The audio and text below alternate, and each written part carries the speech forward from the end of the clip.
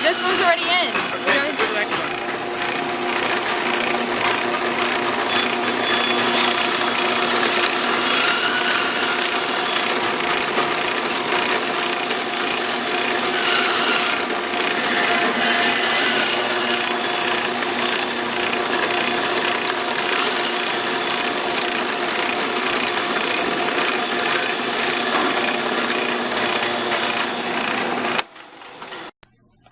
Okay, now I'm attaching the cover, and if you've noticed, I've put a bunch of scrap under the cover so that it'll be at the right height to make it easier to screw in, or you can just have somebody hold it.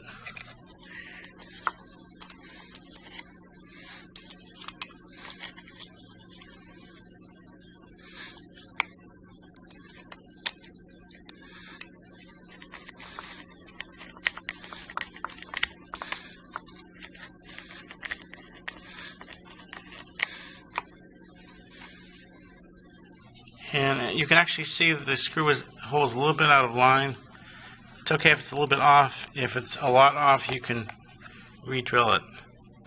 If the hole is too big, you can drill it out to 1/8 and then insert a piece of 1/8 dowel to fill it up the hole.